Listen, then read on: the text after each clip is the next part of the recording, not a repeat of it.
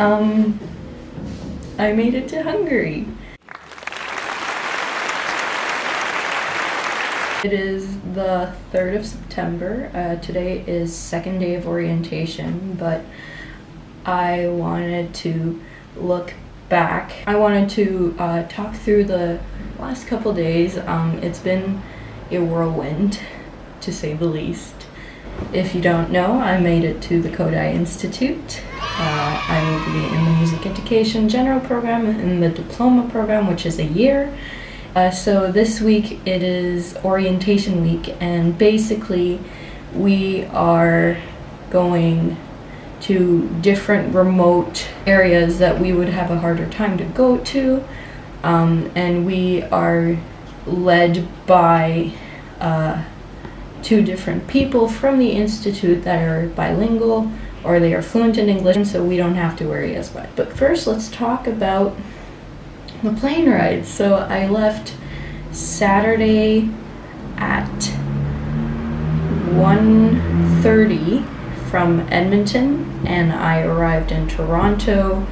We were not delayed, it was on time. However, when we got to Toronto, I thought I was going to be cutting it tight because I was only 40 minutes, I only got to the wing of the Toronto airport 5 minutes before original boarding.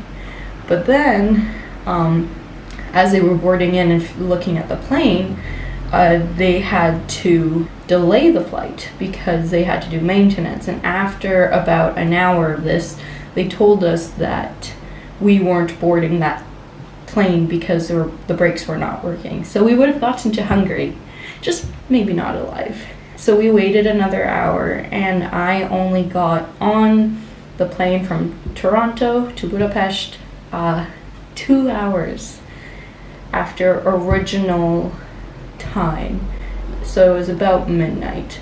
We arrived in Budapest an hour delayed, which was fine.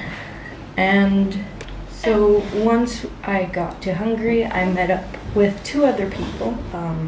I met with my roommate Sarah, who is Irish, and I also met Teresa. Sorry for mispronouncing her name. I can't roll my R's, but and she's doing the BA program here, and she is from Portugal. So we took a car together to go to Kecskemét. Once we arrived here, our landlady doesn't speak English, which is fairly common in Hungary. Most people only speak Hungarian. The younger generation does learn English and or German, however, it's not that common. So luckily for me, she could speak German. So here I am, jet-lagged and incredibly tired, and I have to speak German and translate it because Sarah doesn't understand German. And it worked out well. I'm a lot more fluent than I thought I was, which is great. So we got into the flat. You can see my room. If you want a tour, let me know. Send me a message, put it in the comments. You know the drill. So our flat is 2 rooms, and we also have a pretty decent kitchen. It's pretty decently sized, and thank the Lord we have AC. So for the last couple days, it's been 35 degrees Celsius outside with humidity, and as you all know, as an Alberta girl, I'm not used to it. So thank God. Today it is raining. I don't have rain gear, but I'll survive. Anyways, so now we can go to the next day. So Monday was the first day of orientation, and I need to check. We went to Holoku. I think that's how it's pronounced. You will see pictures anyways. So Holoku is in the northern part of Hungary, and we went to a UNESCO village. But before that, let's talk about the bus ride. 12 of us get into this sort of minivan that's also like an official bus. You'll see later on in the video a clip of it. And in the bus ride, Emma taught us a bit of Hungarian. I can tell you, I honestly don't remember most of it. Köszönöm?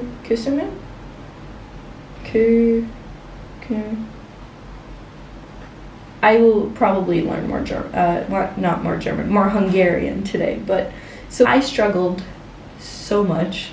Hungarian doesn't make sense yet to me, but I'm definitely starting Duolingo this week because people don't serve you if you don't speak Hungarian. They will reluctantly talk to you in English, but even there, they're not going to try very hard. So Hungarian is definitely something I have to learn, and fast.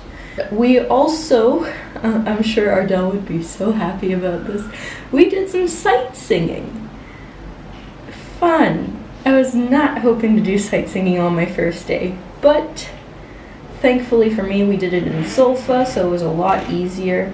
But, well, the American beside me in the bus definitely has perfect pitch, so it was a little bit easier for me to figure it out, but oh boy, it was interesting. And on top of that, Ardell would be so happy to know this, they were cannons. So we sang Glory to God in the highest, na na na na na na na na, and I don't remember the words, but yeah, we learned that, and we sang it all throughout the day. So that is the start of Monday.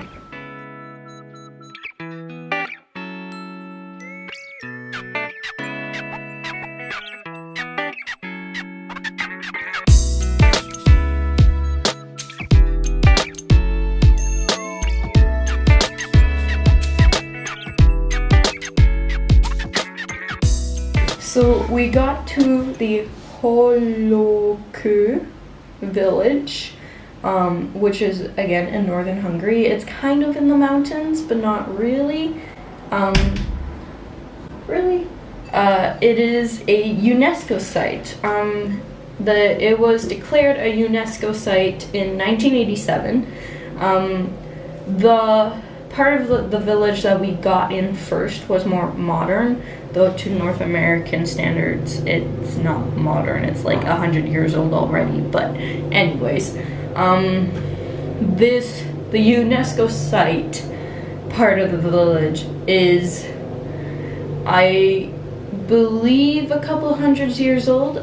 You will see a bit of what our tour guide slash wonderful human being, what she says the Hungarian lady was talking about.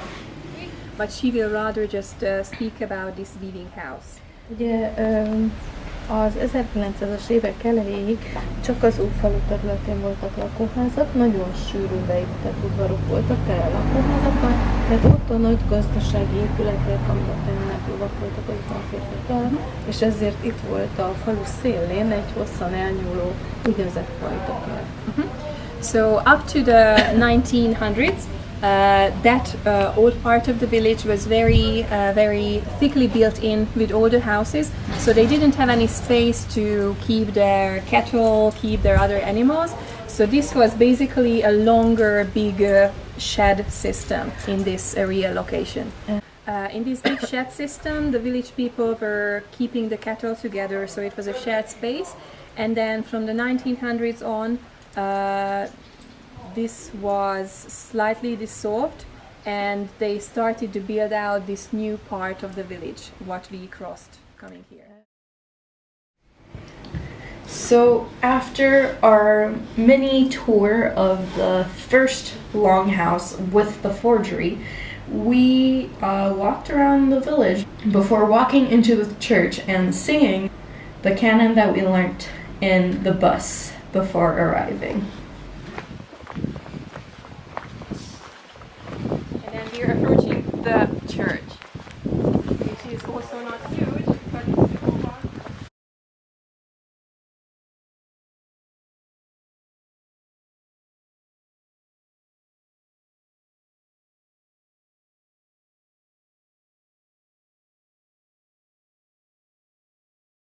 We're having a local tour guide.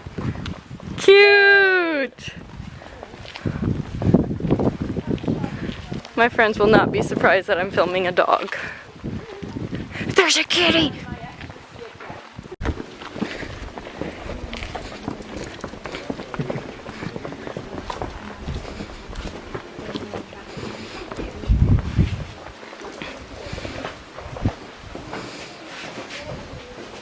So this can kind of give you an idea about the size of the community and the whole village that is. Because around noon we made our way to the restaurant, and per what I think is Hungarian tradition, we got I don't remember the word, editing April, if you find the word, put it on, please. And basically it's fermented fruit that turns into alcohol, so kind of like moonshine in North America. And we were greeted